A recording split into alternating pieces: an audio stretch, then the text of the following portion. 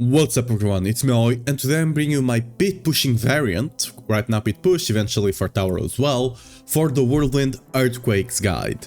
This is gonna be a Whirlwind Hota Earthquakes, cause Hota is just too busted, we'll talk about it in a second.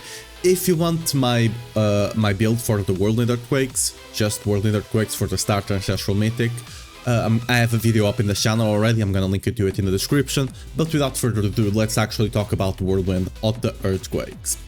This build, I already played it back in Season 6, Season 7 and 8. On Season 6, where it was the most busted, I got rank 7, just behind Bash Hota Earthquakes, which was the best. On the pit pushing, I was still able to get to 150, I was the 7th Barbarian to get to 150. So even with the build that was not as good at the time, this time around, since with the Sanctification it might become better, because one of the issues the build had is that it really struggles to getting all the aspects you need for the build to function into the build, right? Now it no longer has that problem, some of the aspects we use also got buffed, and thanks to Sanctification, right, you don't really worry about needing too many aspects, because you just use all of them now. But yeah. The build fundamentally works around you weapon swapping between Whirlwind and Hota. You can just hold down Whirlwind, right? In the footage you're seeing, I'm just holding down Whirlwind with my right click and I click Hota with the left. You don't ever need to let go of Whirlwind, ever. Unless you want to not spend Fury, right? But, you know, if you're just running somewhere, don't use Whirlwind, of course, but like, you can just use it. This build mostly generates their Fury from weapon swapping, and since we're pit pushing, I kinda sacrificed a bit of that for something like Wrath and stuff like that, which gives us Fury. If you want this build to work outside of pit, you're gonna have to make a couple of changes that I'll cover once you go into the Paragon, right?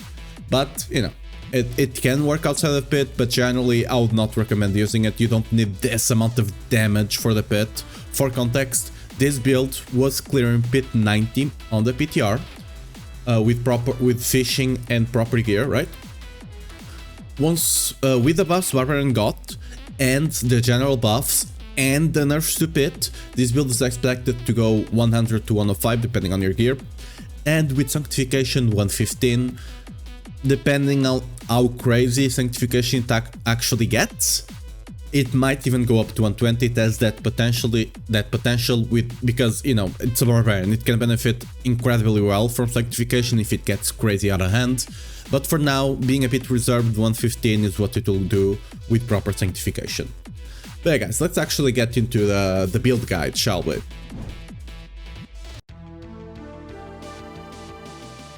When it comes, let's actually cover the skills first of all. Of course, you have to use 1 point somewhere on the first tree, just put it on lunging, whatever basic you want, doesn't really matter at this point. You're gonna be running Furious Whirlwind to apply bleed. This will give you a bit of extra damage here and there, a bit of extra utility basically, mostly. And we're gonna be running Violent Hota. The reason Hota is so busted, right? It's busted as a skill, it's busted as a support right now. I'm just gonna cover why it's busted as support, right? Hota, if you can overpower with Hota, which you can, thanks to weapon swapping shenanigans, we'll cover in a second, you get 40% damage for free for 5 seconds. You'll overpower him more often than that, so don't worry about it. And this is not yet in the planner here, but why is my mouse going up? But this is gonna get buffed. Enhanced Hammer of the Ancients is gonna get buffed. Instead of being 3 more Fury for 5 seconds, this is just Fury generation, right? Resource generation. Instead of being 3 up to 10, aka 30, it's gonna be 10 up to 100. So any Fury resource this build might have had, it's completely fixed. And on top of that, 100 maximum Fury. You get 10 per stack up to 100 maximum Fury. Since almost all builds this season Barbarian are running Ramaladness, save some exceptions, almost every build wants to use Hammer of the Ancients for pushing. Not only that, since we are an Earthquake build, we want Hota to explode the Earthquakes, right? So, to scale damage with a duration. So, yeah. It'd be quite strong. I already played it like this. This is not the reason we are using it, but it became way stronger now, right? We're also going to be dropping Riling Cry and using Stomp. The reason for that is Stomp is another pulling, it can pull now. It's another pulling tool, another grouping tool. And it also gives us, reduces the cooldown for ultimate, which is gonna be really nice. Other than that, we're using the same shout, and we're swapping to Wrath of the Berserker. The reason being, even though Call of the Ancients is slightly more damage, Wrath of the Berserker completely solves any other grouping issues we might have. Stomp by itself is not good enough, because Stomp has a really small area of effect. Wrath of the Berserker, however, has it's basically your whole screen. If it's on your screen, you'll pull it, basically.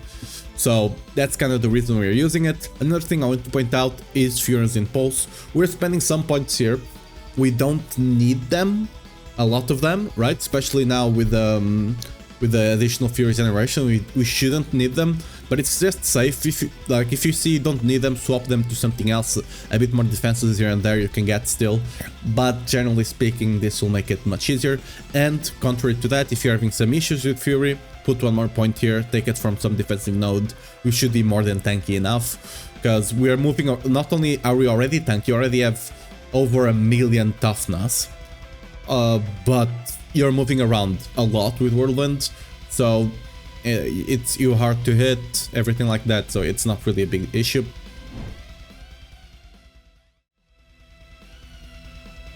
Paragon, what changes from the normal build? Nothing much. This is basically the same Paragon. The only thing that changes is Wrath. I swapped the exploit out for Wrath. The reason is Wrath is a better multiplier. We already have, we'll easily apply Vulnerable with Lucky Hit, because Hota has a big lucky hit and we get a lot more attack speed. Eventually going to be running Fist of Fate as well.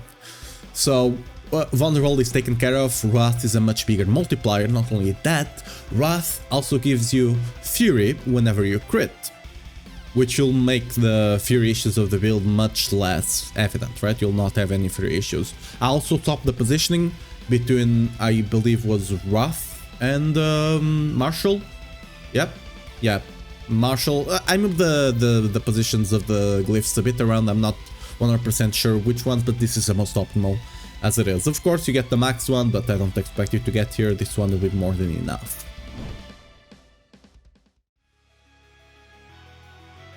If you want to play this build outside of Pit and you're not hitting enemies, Wrath is not really gonna help you. What you do then is you can swap Wrath out if you want. If you don't, just keep it. The one thing you need to do is you need to swap the Carnage board, this one right here on the right. You need to swap it for the Weapon Master one, right? The Weapon Master is the one that gives you it should be 45% damage if the enemy is healthy or injured, and it gives you 12 Fury on weapon swap. Right, that will be enough to keep to maintain your Fury, right? I don't recommend playing this build outside of Pit because it's a lot harder for you to hit enemies with your auto, because they are just gonna die. This build does way too much damage. They're just gonna die. You're not gonna hit enemies with auto. You're not gonna get the 40% damage. You're not gonna get the 100% Fury. It's also slower. It's a bit clunkier than just playing Whirlwind Earthquakes, and Whirlwind Earthquakes is just already had more than enough damage on PTR without Sanctification. It got buffed as well from the PTR. It does more damage, and if you actually get Sanctification on it, it will do way more than enough damage to one-shot all the enemies. So you shouldn't really use this build outside of Pit, is what I'm getting at. If your goal is to play Whirlwind, just play Whirlwind, right? Just go to the other guy and follow that one. But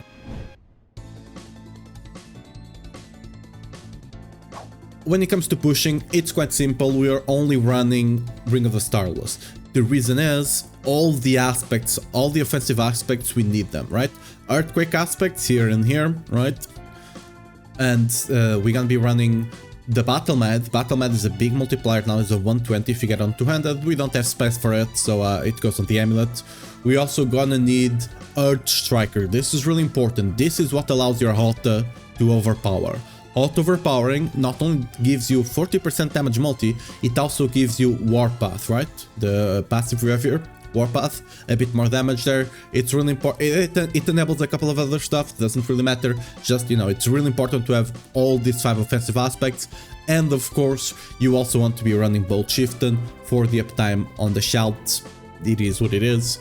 You don't really have much choice. Once we actually go to the Sanctified version, things change a bit.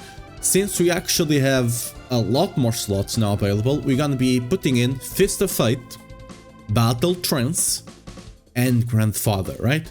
All of these are great, but we just really couldn't use them because we needed the aspects. Now that we can get the aspects on them, you know, we can just, you know, put the big aspects on the two-hander, right? We got the big multipliers now, and you get to have access to Battle Trance. By the way, the one here, which is Berserk, Anger Management, yeah, Anger Management actually got buffed. Now it gives you Berserk uptime, which we don't care about in this build because Battle Math covers that, but it also gives you a 30% multiplier, 45 on the amulet, right? But yeah, like, Battle Trance is just crazy, a lot of strength. It's basically our only amulet that has % strength, which is really big. Also, Fury is really good since you're running Ramalanis. One thing I do want to point out here, Starless will likely use Starless no matter what. You might be able to swap it out. There's some point to make it if you can get the Starless on the ring. But for the weapon, if you can get Grandfather on a polearm with ranks to Warpath, it is much better, right? Either that or you can get Duration and then you can use what's it called? The Sabre, right? You can use Sabre using 4 offensive skills. It's quite good, and Warpath ranks are actually really good. I just can't use them because, well, I need the Duration here. But where's the Duration? It's down here, right? But if you can get the Duration on the polearm, just get the Duration on polearm, you can run a Sabre, right? That being said, I'm not sure how likely that will be, but if you can get it, it's much better to just get a legendary polearm and get the Grandfather mythic aspect on it, if that is somewhat achievable. I don't know if it will be or not, but if you can, it's much better damage, alright? Another thing I want to point out here, on the Ugly Bastard, since we were talking about Sanctification earlier, on the Ugly Bastard you can also potentially get Perdition now. If you can get that, do it. You know, if it's possible, just get an Ugly Bastard with GA Wrath of Berserker cooldown. Even if it's not max effect, if you get Perdition on it, it's much better than anything else, right? So every Ugly Bastard you get with GA Wrath of Berserker, just masterwork it and trash it, alright? Until you get Perdition. Again, this is why I'm telling you, Barbarian will potentially not potentially, it will be one of the top, the top builds, all the top builds will be Barbarian, if you can actually get the mythic powers somewhat reasonably easily, right? So, yeah, that's an option, just putting that out there, right? I'll update the build once we get all the sanctified information from the PTR, from the live. I'll update the build, but for now, you know, it is what it is. We only have so much information. When it comes to Sanctification, if you're only getting it a bit earlier, right, I also put down here all the good options. You have a couple of defensive options. If you click here, you'll be taken to the Sanctification section, which is currently broken. I need to go update that. It should take you here. And you can see some of the other good aspects you can get. Fire damage, cooldown reduction, strength, all stats, right? All of that is good, but they're not the optimal ones, right?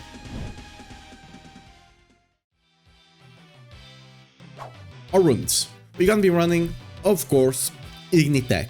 Ignitech is really good. You basically proc Earthquakes every time the Earthquake rune comes off cooldown, which, by the way, Earthquake rune has 1 second cooldown. You can proc it more often than that. So, you know, we're gonna be proccing it with Ignitech. Fun fact, Ignitech, you can actually, if you're holding Whirlwind and you move your cursor on the edge of your screen, the Earthquake is gonna spawn there. I'm just pointing this out because on Pit, this is really useful for you to pull packs from everywhere, right? It's really useful, so make sure to take advantage of that. The other rune we're gonna take is Zirzek. Now, I'm running this is a bit conservative because our Wrath of Berserker uptime should be pretty good. But right now I'm just running it because this is what we ran before and I'm still running it just to be safe. once we actually see what we can get and stuff like that, right? Because I'm getting like cooldown here, this is probably gonna be even bigger on the PTR.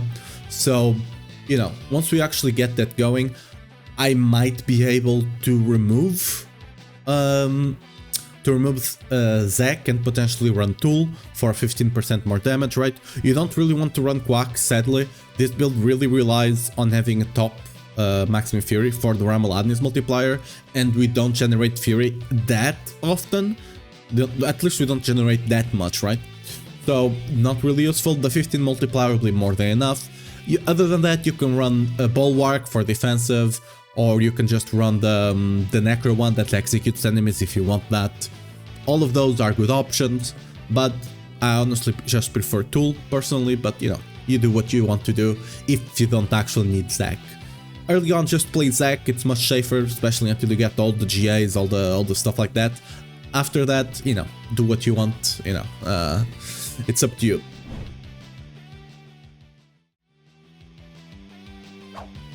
Alright, Consumables, really quick: Elixir of Resourcefulness, Soothing Spices, Redimint Buzz, and Spiral Morning. If you want to run the Strength one, you know, you can. It's an option.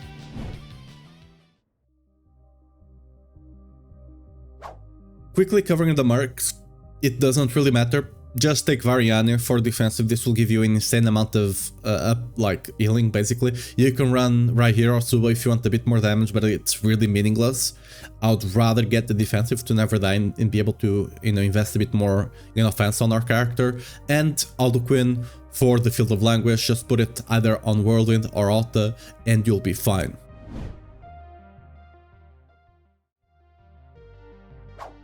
Other than the push version, I also want to cover the early bossing since it's kind of the same build.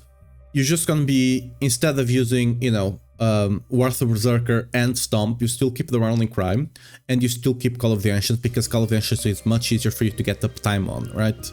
Wrath of Berserker, at this point you don't have enough cooldown to justify it, but this build will do roughly 4 times more damage than the Ancestral Whirlwind build, or Whirlwind Earthquakes, right? So if you really want to have stronger bossing and kill them much faster, just use this build. Otherwise, you're gonna take like 30 seconds per boss early on with the Ancestral setup. It is what it is. I put it here because it's an option. It's what I normally use when I play this build to get bosses down early. So, you know, it's here. Play it if you really want to get good bossing.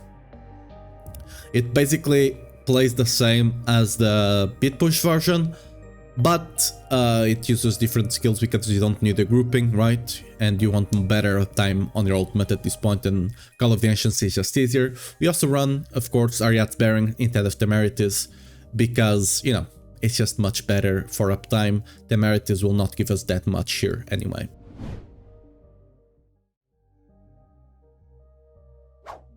Yeah guys, that's gonna be it for the build. Barbarian is looking really promising this season, so that's gonna be cool to see how everything ends up. And yeah, if you have any comments, any questions about the build, as always, leave them down below in the comments. And you know, if you can spare you know, a like and you know, maybe sub to the channel for more Barbarian stuff. And you know, another class if it ends up coming out on the Games Awards. Yeah. See you next time. Bye bye.